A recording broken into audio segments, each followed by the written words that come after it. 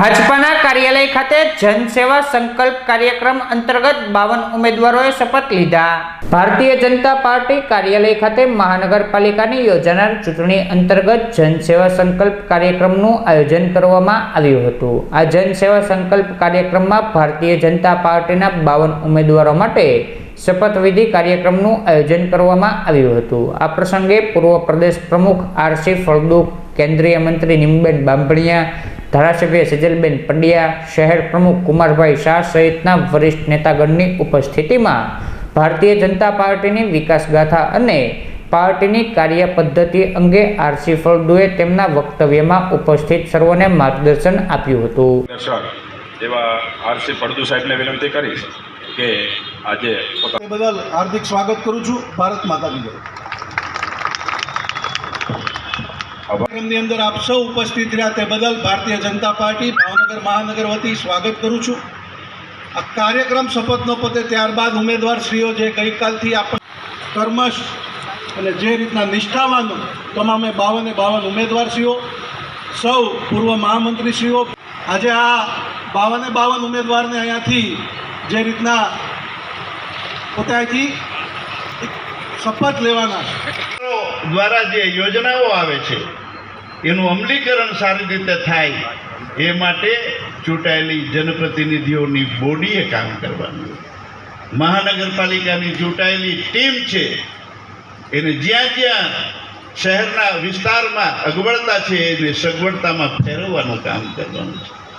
સરકારો પણ આપણે જ્યારેથી શાસનમાં આવ્યા છીએ ત્યારથી જનસુખાકારીની સેવાઓ નવી નવી ઊભી કરવામાં સમયનો સદુપયોગ કરીને સત્તાને સાધન કરી અને જે કામ કર્યું છે એને કારણે આજે ગુજરાત દેશની અંદર અવ્વલ નંબરનું રાજ્ય બન્યું છે। 2001માં નરેન્દ્રભાઈએ શાસનમાં આવીને ગુજરાતને ચોરંગી દિશામાં વિકાસ કર્યો છે, અનેક દિશામાં વિકાસના દરવાજા ખોલ્યા છે, જેને કારણે જેને આગળ વધવું છે એના માટેની સાધનિક વ્યવસ્થા આ રાજ્યની અંદર વિપુલ પ્રમાણમાં ઊભી થઈ। જીવનની સાથે સંકળાયેલા બધા જ પાસાઓને વ્યવહારમાં લાવીને સરકારે આયોજનોના માધ્યમથી, યોજનાઓના માધ્યમથી સમાજ જીવન જ્યાં હતું ત્યાંથી 5 કદમ આગળ વધારવા માટેની કોશિશો કરી છે અને આપણને પરિણામ દેખાય છે। મને યાદ છે 1998માં જ્યારે સામે વિવેકશીલ થઈને જે પ્રકારે રહ્યા છીએ એવો જ વિવેક અને એવી જ આપણી જવાબદારી ખંતપૂર્વક બજાવવાની છે। અને નરેન્દ્રભાઈને દિલ્હીમાં છાતી ગજગજ ફૂલાય એ પ્રકારે ભાવનગરના કાર્યકર્તાઓ આ ચૂંટણીના મેદાનમાં સૌ એક થઈ, પેક થઈ અને રણ મેદાનમાં આપણા વડીલોના આશીર્વાદ મેળવતા મેળવતા આપણા ઉમેદવારોને વિજયશ્રીની વરમાળા આ ભાવનગરની જનતા પહેરાવે એ માટે આપણે બધાએ પ્રચાર કાર્યમાં લાગવાનું છે। મિત્રો, આજે સેવા સંકલ્પ માટે પાર્ટીએ મને આપ સૌની વચ્ચે મોકલ્યો છે। આપણે બધા કાર્યકર્તાનો ઉત્તમ ધર્મ છે બજાવીએ। રાષ્ટ્ર કલ્યાણના મહાન યજ્ઞમાં દુનિયાની સામે એક સમર્થ રાષ્ટ્ર નિર્માણ કરવાની એક નવી પેઢી જ્યારે ઉદ્ભવી રહી હોય એવા કાર્યના કાર્યકાળ દરમિયાન આપણે બધાએ આપણો કાર્યકર્તા ધર્મ છે એ નિભાવી અને આપણી નિષ્ઠા છે રાષ્ટ્રીય યજ્ઞમાં આહુત કરવાની છે। એવા પ્રસંગે મને અહીંયા આવવાનો અવસર પ્રાપ્ત થયો, આપની વચ્ચે આવ્યો, મારું સન્માન થયું। આજે દિલની 2 વાતો તમારી સામે વ્યક્ત કરવા માટેનો અવસર મળ્યો એ માટે અધ્યક્ષશ્રીનો અને આપની ટીમનો હૃદયપૂર્વક આભાર માનું છું। અને હવે આપણે બધા ઊભા થઈ અને સેવા સંકલ્પ લેવા માટે જમણો હાથ આગળ રાખી હથેળી ધરતી માતા સામે રાખી અને સંકલ્પ લેવાનો છે।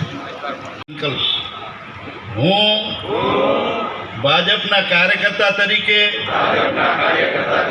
નાગરિક કર્તવ્ય, બંધારણ, નિયમોને અનુસરીશ અને હું પંડિત દીનદયાલજીના એકાત્મ માનવ દર્શન અને ભાજપની પંચનિષ્ઠામાં વિશ્વાસ ધરાવું છું। પ્રધાનમંત્રી શ્રી નરેન્દ્રભાઈ મોદીના નેતૃત્વમાં વિકાસની રાજનીતિ અને ભારતીય સંસ્કૃતિની વિચારધારા અને વિરાસતનું મને ગૌરવ છે અને તેમના વિકસિત ભારત સાથે એક ભારત શ્રેષ્ઠ ભારત ના સ્વપ્નને સાકાર કરવા હું મન કર્મ વચનથી તત્પર રહીશ. હું ગુજરાતના ગૌરવ, શાંતિ, એકતા અને વિકાસ માટે પ્રમાણિક યોગદાન આપતો રહીશ. હું ભાજપની વિચારધારા અને વિકાસ યાત્રામાં જનસંપર્ક, જનસંવાદ અને જનસેવા દ્વારા નાગરિક દેવો ભવના ભાવ સાથે કાર્ય કરતો રહીશ. હું જનસેવા એ જ પ્રભુ સેવાના મંત્ર સાથે ભાજપની કેન્દ્ર સરકાર અને રાજ્ય સરકારના વિકાસ કાર્યો અને યોજનાઓને છેવાડાના માનવી સુધી પહોંચાડવા સતત પ્રયાસ કરીશ. જય જય ગરવી ગુજરાત. ભારત માતા કી